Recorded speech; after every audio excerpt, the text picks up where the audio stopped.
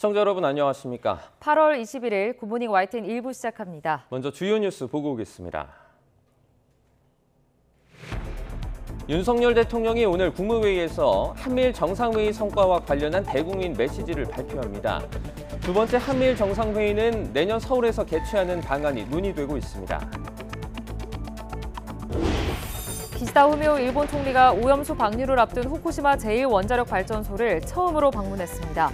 내일 방류 시점을 최종적으로 결정할 것으로 알려진 가운데 기시다 총리는 이에 대해선 말을 아꼈습니다. 이동관 방송통신위원장 후보자의 청문보고서 채택 시한을 앞두고 여야가 신경전을 이어갔습니다. 야당은 각종 의혹을 거론하며 지명 철회를 촉구했지만 여당은 신빙성이 없는 거짓 선동이라고 맞섰습니다. 경찰이 서울 신림동 공원 성폭행범에게 강간치사보다 형량이 무거운 강간살인죄를 적용하고 고의성 입증에 주력하고 있습니다. 이번 주 중반쯤엔 신상공개위원회를 열어 이름과 얼굴 공개 여부를 결정한다는 방침입니다. 경제 위기를 겪고 있는 중국이 오늘 사실상 기준금리인 대출 우대금리 LPR을 결정합니다. 경제 전반에 대한 우려가 커진 만큼 경기 부양을 위해 LPR을 인하할 것이라는 분석이 제기됩니다. 네덜란드와 덴마크가 우크라이나에 F-16 전투기를 제공하기로 합의했습니다. 공중 공격 능력이 절실한 우크라이나는 전쟁 양상을 바꿀 기회로 보고 있지만 실제 인도는 내년에나 가능할 것으로 보입니다.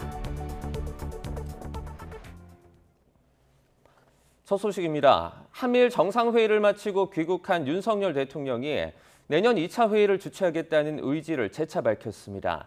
서울 개최를 두고 세 나라가 조율할 예정입니다. 대통령실은 한미일 협력체가 미국 주도로 발족한 다른 협의체인 오커스나 쿼드와 비교해 가장 종합적이고 응집력이 크다고 강조했습니다. 박소정 기자입니다.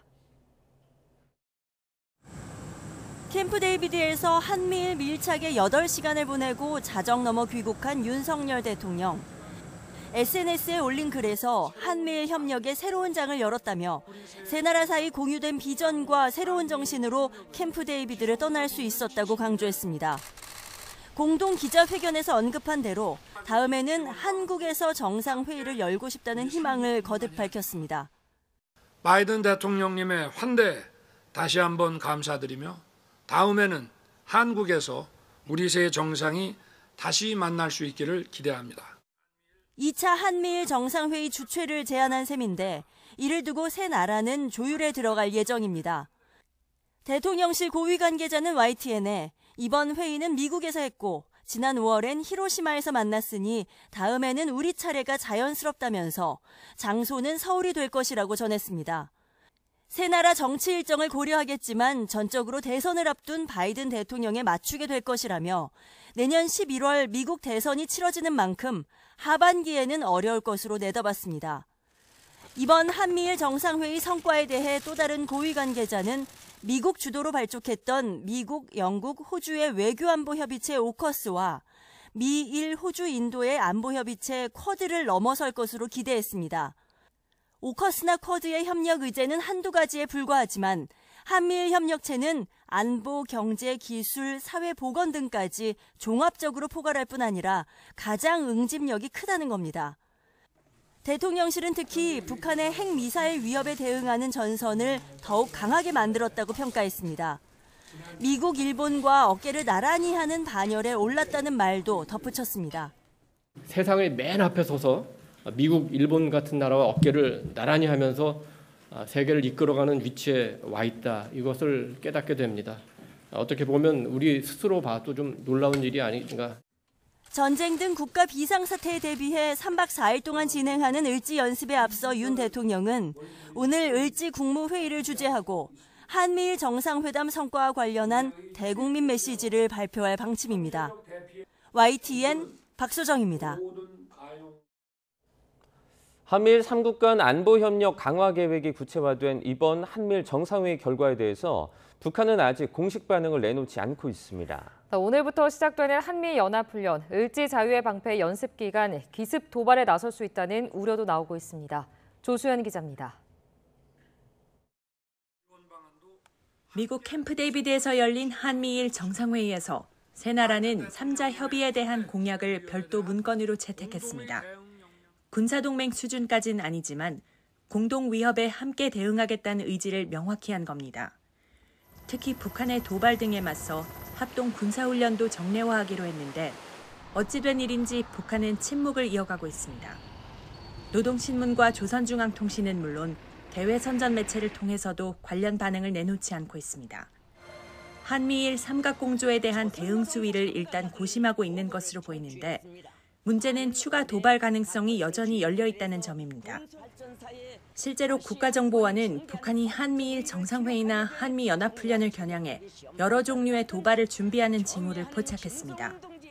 ICM 발사 지원 차량 활동이 활발한 것이 평양 산음동 등에서 포착되었고 정상회의 기간엔 별도의 움직임이 없었던 만큼 오늘부터 열흘 동안 진행되는 한미연합훈련을 빌미로 삼을 수 있다는 관측입니다. 남한을 상대로 한 성동격서식 기습 도발이나 대륙간 탄도미사일 ICBM을 정상각도로 발사해 미국을 압박할 수 있다는 우려도 제기됩니다. 기습을 통해서 충격 효과를 좀 더 크게 해주면서 자기들의 그 한반도의 긴장을 북한이 주도해서 끌고 가려고 하는 게 과거의 모습들이니까 이번에도 당연히 그렇게 할 것으로 보여지는데요. 특히 긴장감을 고조시키기 위해 취약 시간대, 다양한 종류의 수단을 동원한 연쇄 도발을 감행할 수도 있어서 한미 정보당국이 예의주시하고 있습니다. YTN 조수연입니다.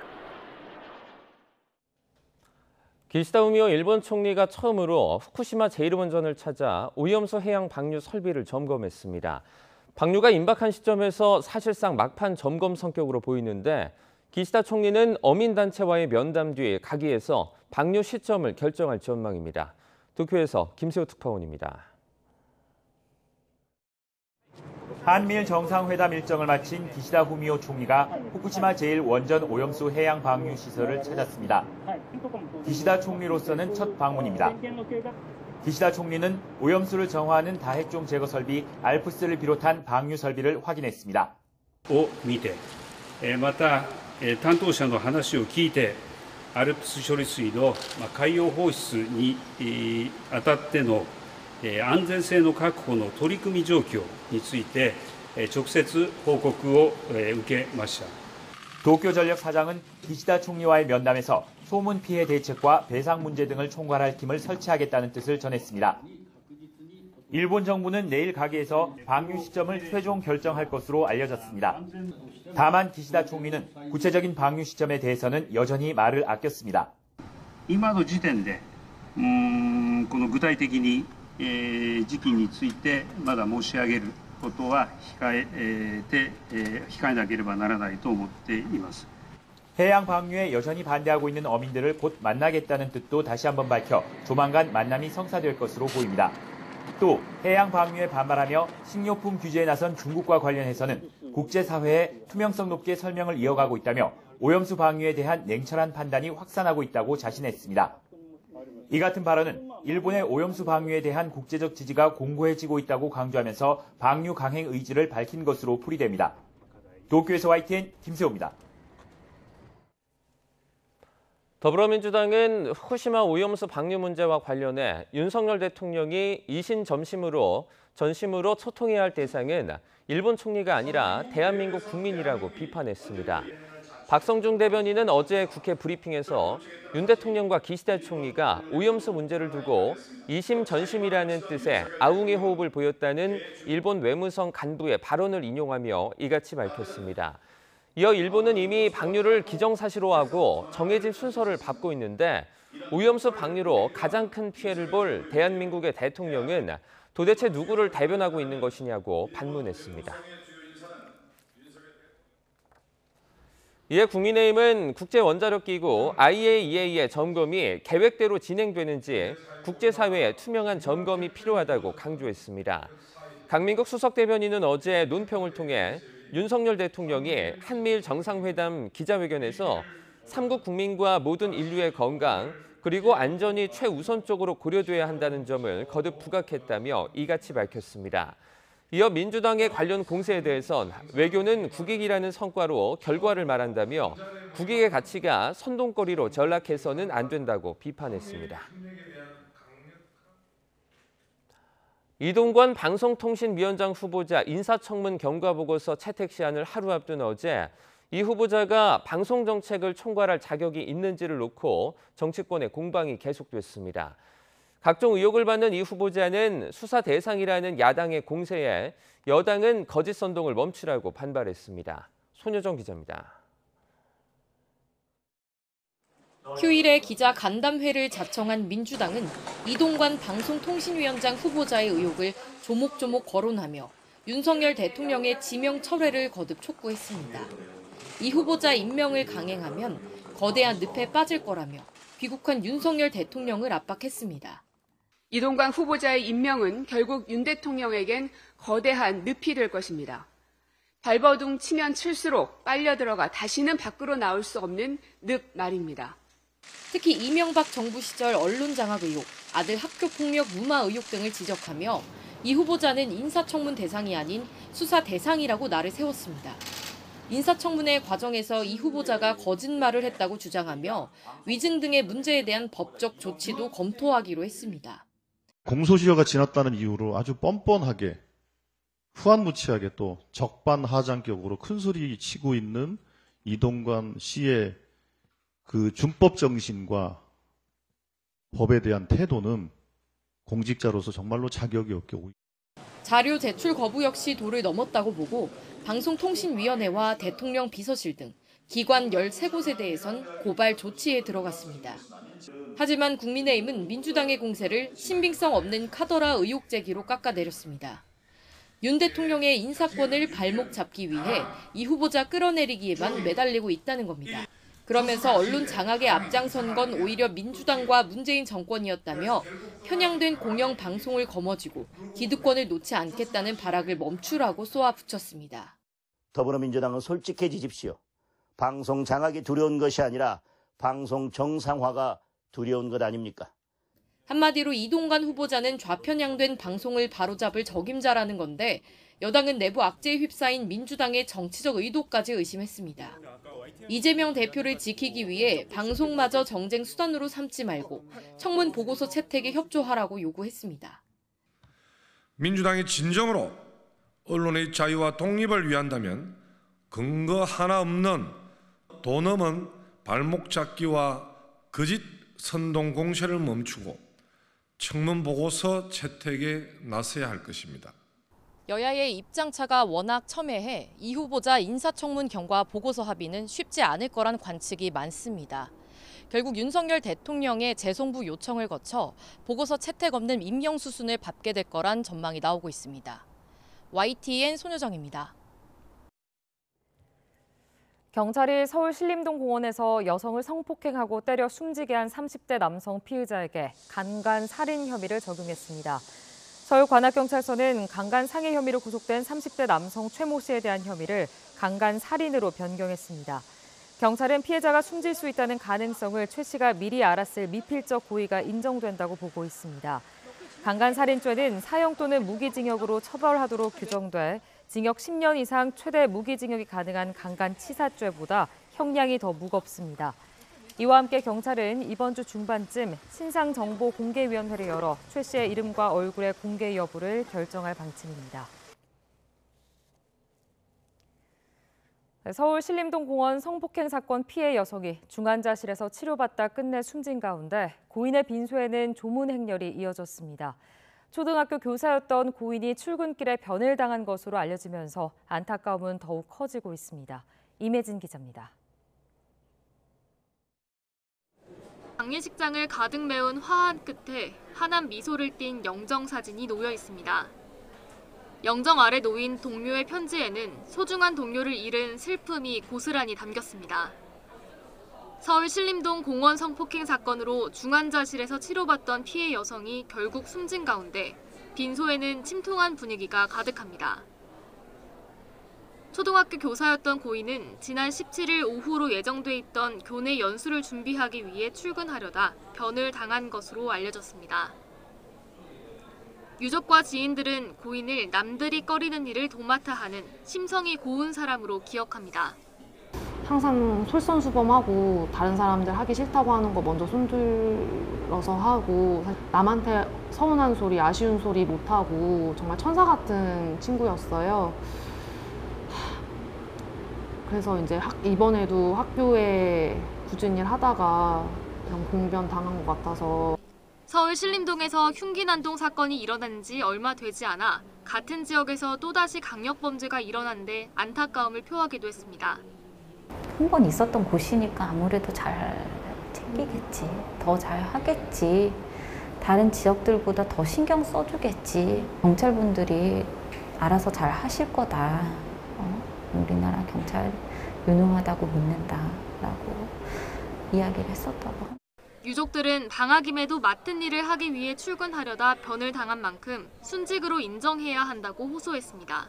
저희 동생은 공무를 수행하러 출근을 하러 가던 중에 일어난 일이었다는 거. 그 업무를 맡지 않았으면 서울에 있을 이유가 없어요. 눈물로 작별을 고하는 동료 교사들의 발길이 이어지는 가운데 발의는 내일 진행됩니다. YTN 임혜진입니다. 잇따르는 도심 강력범죄로 시민들의 불안이 높아지는 가운데 서울 봉천동에서 10대 여고생이 닷새째 실종돼 경찰이 수색을 벌이고 있습니다. 한 인터넷 커뮤니티에서는 신림역에서 살인을 예고하는 글이 또 올라왔는데 글을 쓴 협박범은 하루 만에 경찰에 붙잡혔습니다. 휴일 사건 사고 소식 차정윤 기자가 전해드립니다. 교복을 입은 단발머리 여학생이 에스컬레이터를 타고 어디론가 향합니다. 지난 17일 학교에 간다며 집을 나선 뒤 서울 봉천동에서 행적이 끊긴 고등학교 1학년 15살 김지혜 양입니다. 경찰이 정보를 공개하며 수색에 나선 가운데 김양의 부모도 SNS를 통해 도움을 요청했습니다. 김양이 서울 독산동과 보라매공원, 신림역 일대를 배회한 기록이 있다며 목격자 제보를 기다리고 있습니다. 경찰은 가출이나 범죄 연루 등 모든 가능성을 열어놓고 김양의 동선을 추적하고 있습니다. 신림역 살인 예고글을 올린 30대 남성은 협박 혐의로 체포됐습니다. 이 남성은 서울 신림역에서 여성 20명을 해치겠다며 인터넷 커뮤니티에 글을 올렸는데 경찰이 IP 추적에 나선 지 하루 만에 인천 자택에서 붙잡혔습니다. 별다른 직업이 없던 남성은 경찰 조사에서 관심받고 싶어 글을 썼다고 진술한 것으로 드러났습니다. 오전 서울 구룡마을 인근 도로에서는 보행 신호가 켜진 건널목을 건너던 50대 여성이 좌회전하던 시내버스에 치여 다쳤습니다. 경찰은 교통사고 처리 특례법상 보행자 보호 의무 위반 혐의로 50대 버스기사를 입건해 정확한 사고 경위 등을 조사할 방침입니다. YTN 차정윤입니다. 10살에 서울과학고에 입학해 화제를 모은 백강현 군이 한 학기 만에 자퇴한 가운데 백 군의 아버지가 아들의 자퇴 결정 배경엔 학교 폭력이 있었다고 주장하면서 논란이 커지고 있습니다. 백 군의 아버지는 어제 유튜브에 관련 동영상을 올리며 백 군이 경찰 고발까지 고려한 심각한 학교 폭력으로 학교를 그만두게 됐다고 주장했습니다. 영상 댓글을 통해선 백군과 같은 조가 된 동급생들이 백군을 유령 취급했고 인터넷 커뮤니티에는 백군을 보라고 욕설이 담긴 게시글을 올렸다고도 덧붙였습니다. 또 같은 학교 선배맘이라는 사람으로부터 근거 없는 비방과 협박 메일을 받았다며 백군이 당했던 학교 폭력을 폭로하겠다고도 예고했습니다. 철근 누락 사태로 곤욕을 치르고 있는 한국주택토지공사 LH가 정관업체와 맺은 기존의 계약까지 전면 취소하기로 했습니다. 이와 함께 앞으로 설계 감리 용역에 전관업체를 전면 배제하는 방안을 추진합니다. 이영원 기자입니다. LH가 보강 철근이 빠진 아파트 명단을 처음 공개한 건 지난달 31일입니다. 이들 아파트 설계 감리 다수를 LH 정관업체가 맡은 것으로 드러나면서 이권 카르텔 단속이 본격화했습니다. 7월 30일 이후에도 LH에서 이루어진 발주사업 심사들에 있어서 그대로 전관이 취업해 있는 업체들이 통과가 되는 그런 일들이 있게 되었습니다. 이제는 더 이상 방치한 채로 갈 수가 없는 시점이라고 봅니다. 정부의 강력 대응 방침에 LH는 정관업체와 맺은 기존 계약을 모두 해지하기로 했습니다.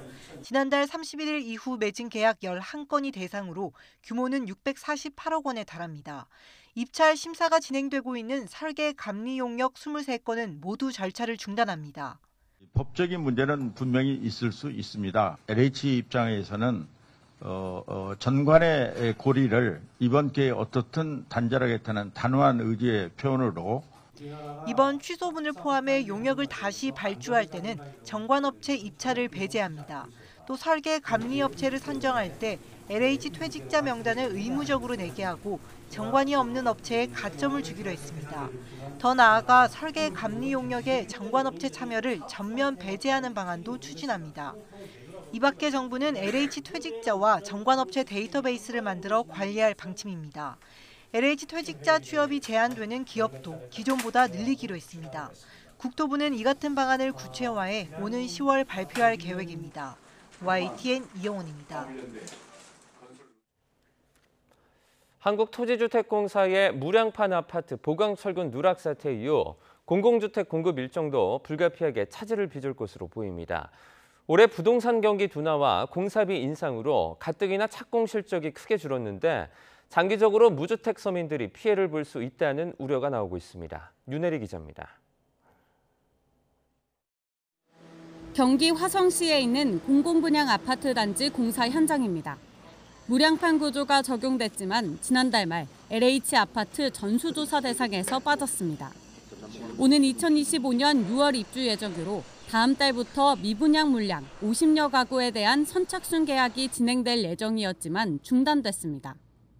LH 관계자는 계약 중단이 유상 옵션 변경 문제 때문이지 무량판 아파트 점검과는 무관하다며 구조 설계 적합 여부에 대한 조사가 이뤄질 예정이라고 설명했습니다. 하지만 이 같은 설명에도 불구하고 무량판 아파트 사태가 공공주택 공급 차질로 이어지는 것 아니냐는 우려가 나오고 있습니다. 철근 누락이 확인된 단지 15곳 가운데 준공전 단지 6곳의 경우 현재까지 입주일이 밀리는 곳은 없는 것으로 확인됐습니다. 하지만 착공 이전 단계부터 문제가 생긴 단지들도 있습니다. 국토교통부가 오는 10월 LH 고강도 혁신안을 발표할 때까지 전관 업체와의 설계 공모와 입찰, 계약 등 모든 절차를 멈추라고 지시했기 때문입니다. LH 사장조차 전관업체가 아닌 곳을 찾아보기 힘들다고 언급한 만큼 현재 대다수 용역 절차가 최소 2, 3개월은 임시 중단될 것으로 보입니다. 이번 사태로 인해서 아마도 LH가 공공임대주택이나 공공주택을 분양하는 데에는 분명하게 시기적 차질이 있을 것 같습니다. 이쯤에서는 국토교통부가 주택 공급과 관련된 로드맵을 다시 한번 점검할 필요가 있지 않나는 생각이 듭니다. 정부는 공공주택 50만 가구를 공급하겠다고 했지만 올해 착공과 인허가 실적은 역대 최저 수준입니다. 상반기 공공분양 착공 물량은 지난해 대비 70% 급감했고 인허가 실적도 40% 넘게 줄었습니다. 부동산 시장 침체와 고금리, 급등한 공사비로 민간 건설사들은 쉽사리 나서지 못하고 있습니다. 이 때문에 이번 사태로 향후 무주택 서민들만 피해를 보는 것이 아니냐는 지적이 나오고 있습니다. YTN 윤혜리입니다.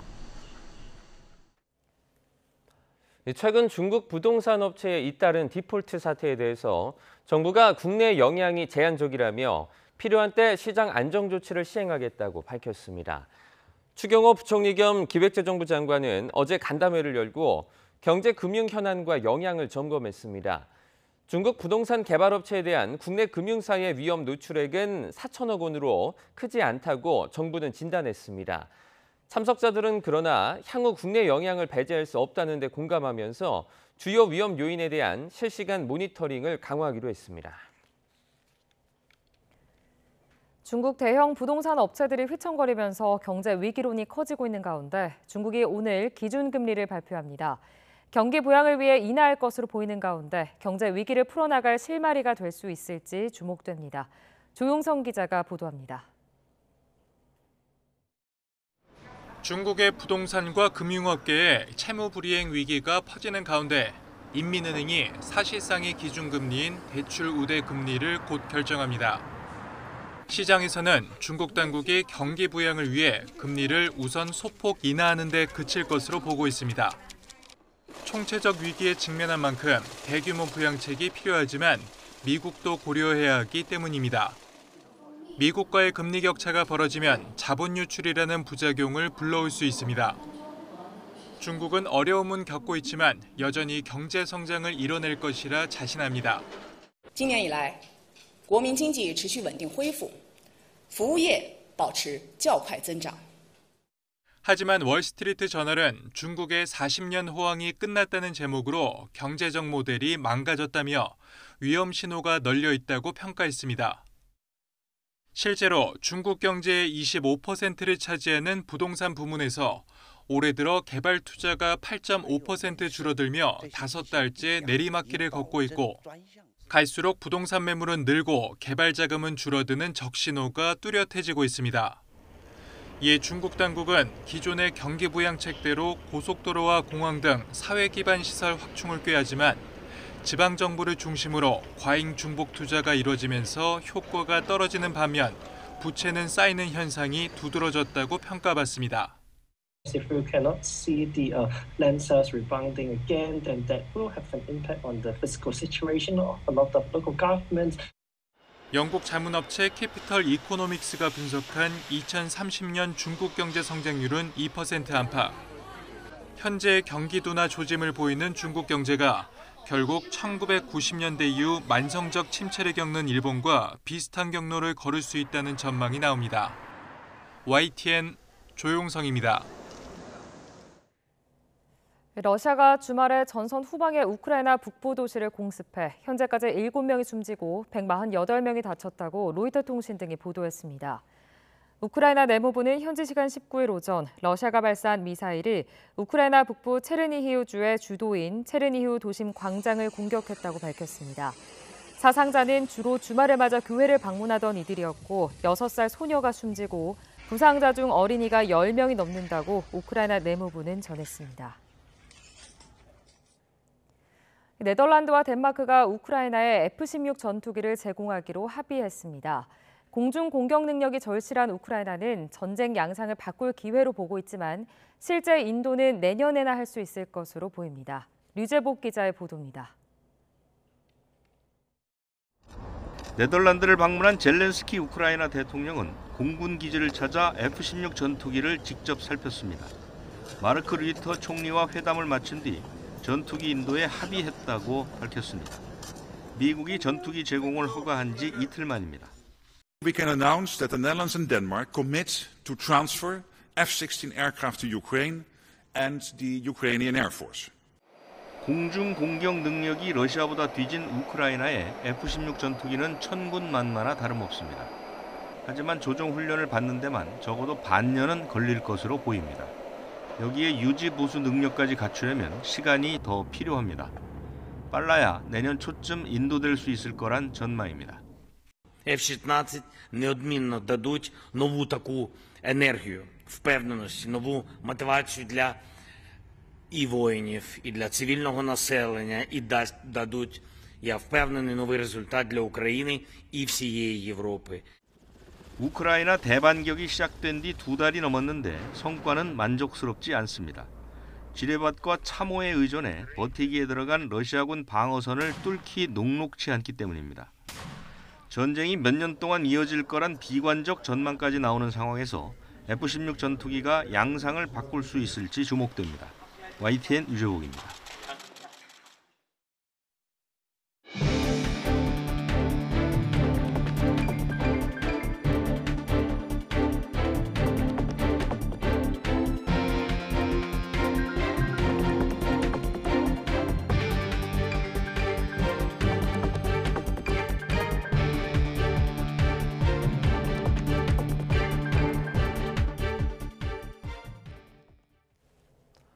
캠프 데이비드 공동성명에서 한미일 정상회의 연례화가 합의된 가운데 두 번째 정상회의는 내년 서울에서 개최하는 방안이 조율되는 것으로 전해졌습니다.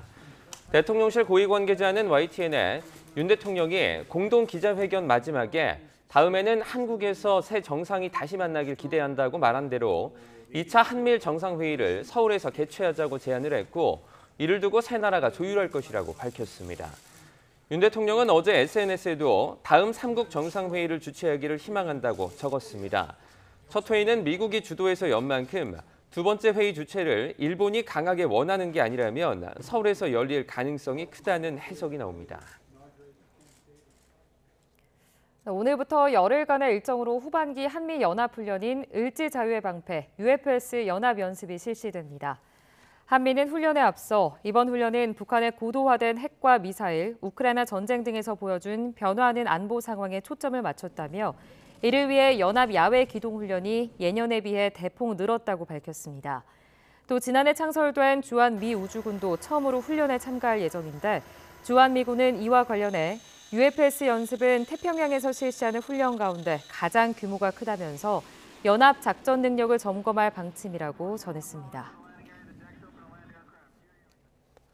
을지 연습이 오늘부터 시작되는 가운데 윤석열 대통령이 을지 국가안전보장회의 NSC에 이어서 을지 국무회의를 주재합니다. 윤 대통령은 오늘 오전 9시 용산 대통령실에서 을지 NSC를 열고 현재 군사 상황을 보고받는 등 관련 안건을 처리할 예정입니다. 이어 을지 국무회의에서는 국가 비상 상황에서의 예산 편성과 정부 대응 태세 관리 등을 보고받고 심의할 방침입니다.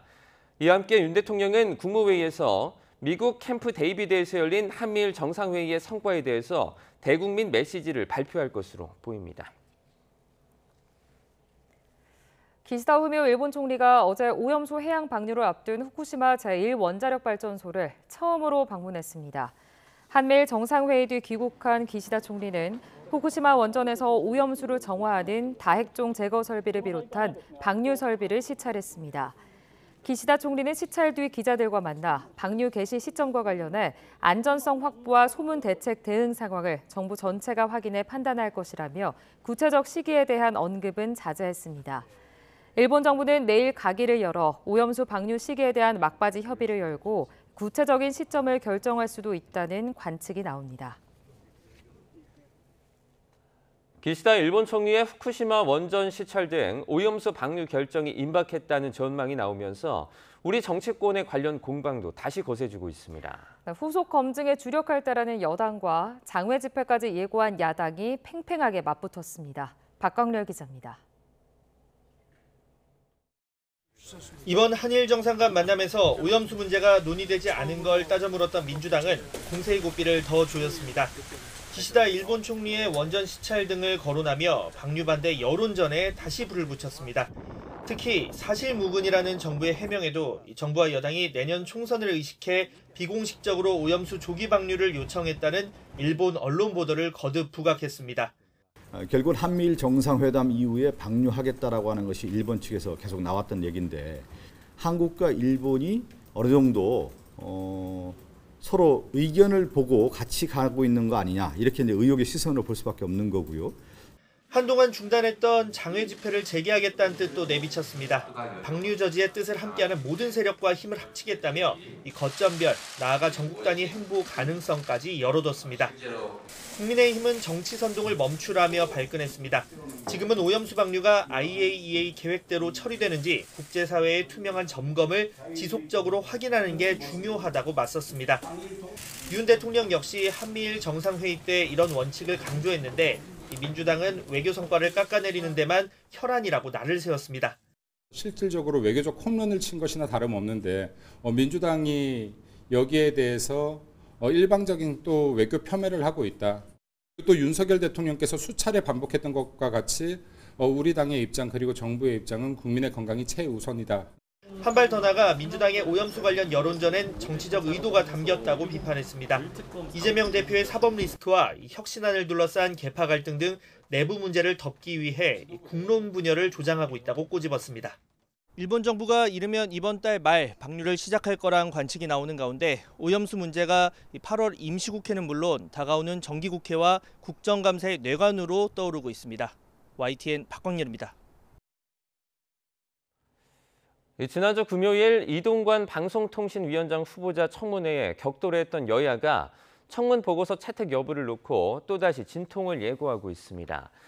국민의힘은 오늘 국회 과학기술정보방송통신위원회 전체 회의를 열어 이 후보자 청문 보고서를 채택해야 한다면서도 회의 개최를 위해서는 야당과 채택 합의가 미리 이루어져야 한다는 입장입니다.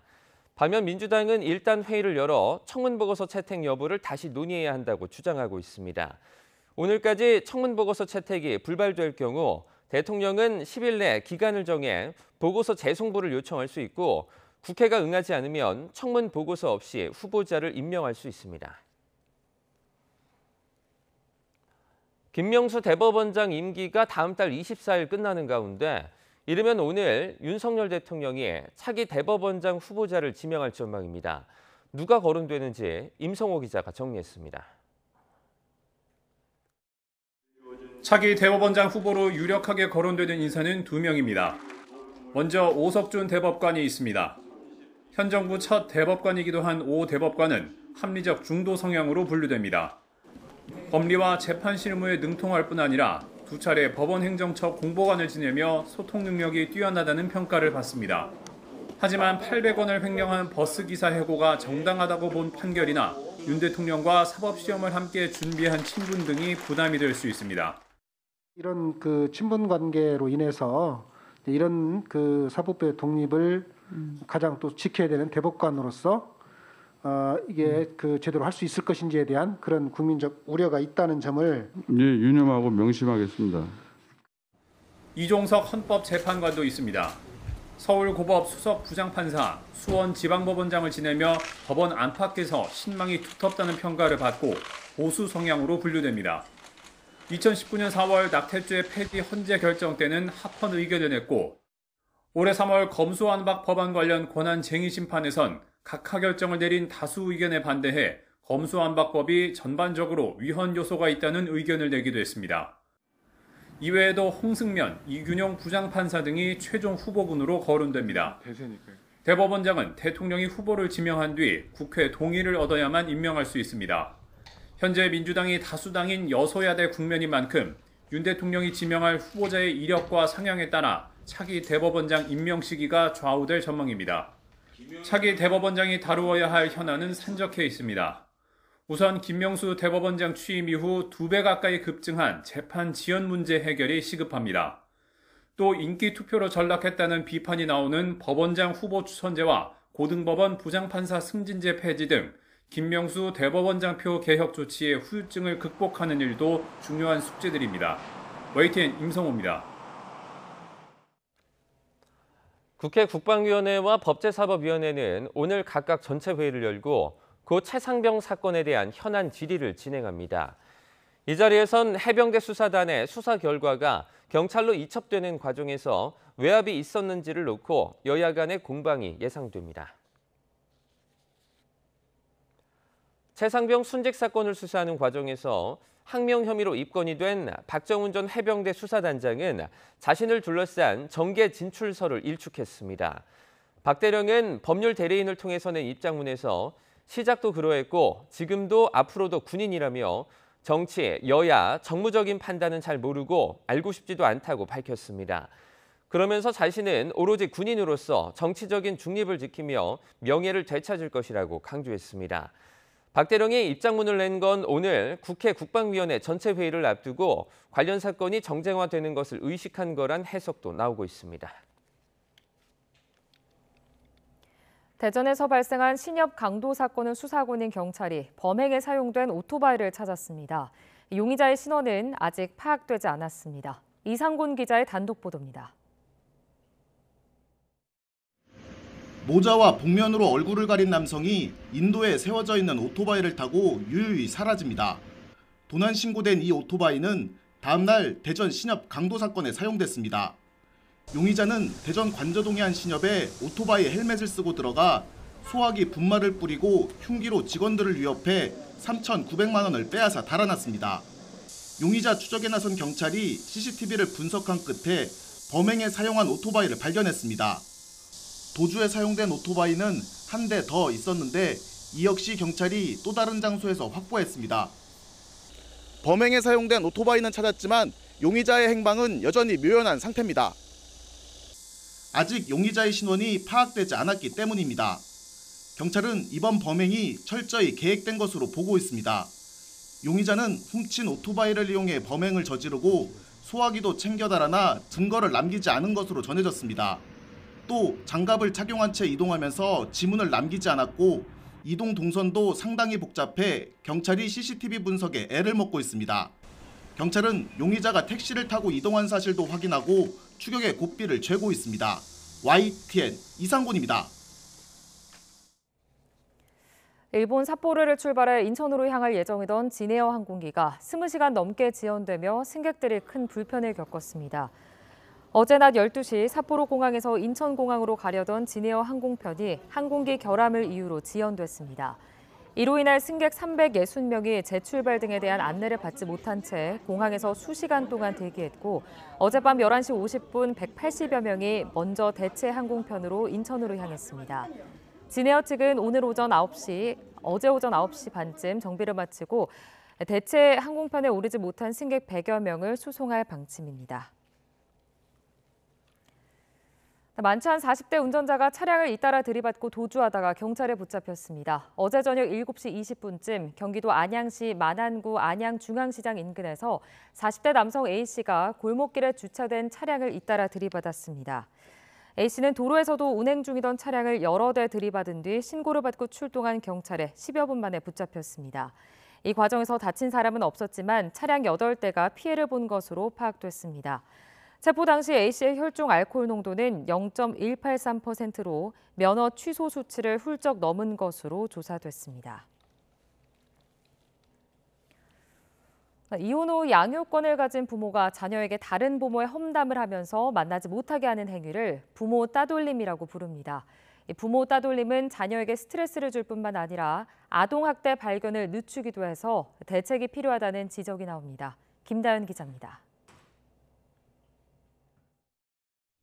김재훈 씨는 2주에 한 번 초등학생 딸을 만나는 날을 손꼽아 기다립니다.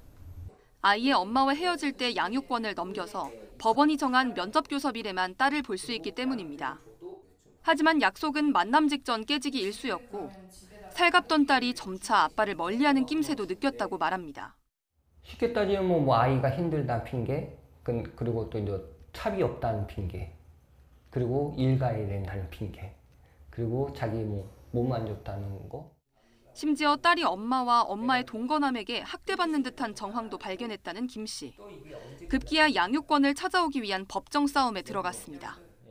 보호기관에서도 아동학대 맞다고 인정했고 바로 병원 갔더니 아이 영구치 잘못하면 손상이 될 수 있다고 이렇게 진단서도 보내드렸잖아요. 이혼 가정에서 양육권을 가진 부모가 자녀에게 다른 부모를 헐뜯고 만나지도 못하게 하는 것을 부모 따돌림이라고 부릅니다. 자녀는 자연스레 한쪽 부모를 미워하게 되고 이 과정에서 엄청난 스트레스도 느낄 수 있습니다. 그 부모를 미워하고 만나지 않게 해서 한 아이의 삶에서 부모 한쪽을 제거해버리는 행위예요. 이 자체가 아이에 대한 학대라는 거예요. 무엇보다 부모 따돌림 탓에 학대 행위가 조기에 드러나지 못하고 감춰지기도 합니다. 지난 2월 인천에서 친부와 계모에게 학대받다 숨진 11살 초등학생이 대표적 사례입니다. 피해 어린이의 친모는 아들을 자주 보여주겠다는 전 남편의 말을 믿고 양육권을 포기했지만 이혼한 뒤 아들을 만난 건 2차례에 불과했습니다. 결국 친어머니는 아이를 더 자주 봤다면 학대도 죽음도 막을 수 있었을 거라며 괴로워하고 있습니다. 하지만 현행법으로는 면접교섭을 허용하지 않은 부모에게 내릴 수 있는 건 과태료 처분뿐이라 부모 따돌림을 막기 위한 보다 실효적인 대책이 필요하다는 목소리가 나옵니다. 그래서 지난 6월엔 면접교섭을 정당한 사유 없이 방해하는 경우 형사처벌까지 가능하도록 한 법안이 발의됐는데 아직 상임위에 계류돼 있습니다. YTN 김다현입니다. 국내 기름값이 6주 연속 오름세를 보이며 전국 평균 휘발유 판매 가격이 리터당 1,700원대를 돌파한 데 이어 휴일에도 오름세가 계속됐습니다. 한국석유공사 유가정보시스템 오피넷을 보면 어제 전국 평균 휘발유 값은 리터당 1,738원으로 8월 셋째 주 전국 평균 가격과 비교해 10원가량 올랐습니다.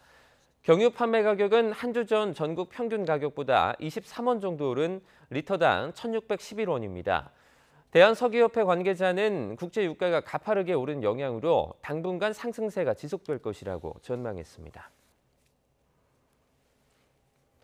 에너지를 아껴 쓰고 기후변화에 대응하기 위해서는 전력 효율을 높이는 작업이 필수입니다. 건물에서 자체적으로 전력을 생산하거나 새는 전력을 막는 등 에너지 효율을 높이기 위한 업계의 노력이 치열합니다. 양희력 기자입니다.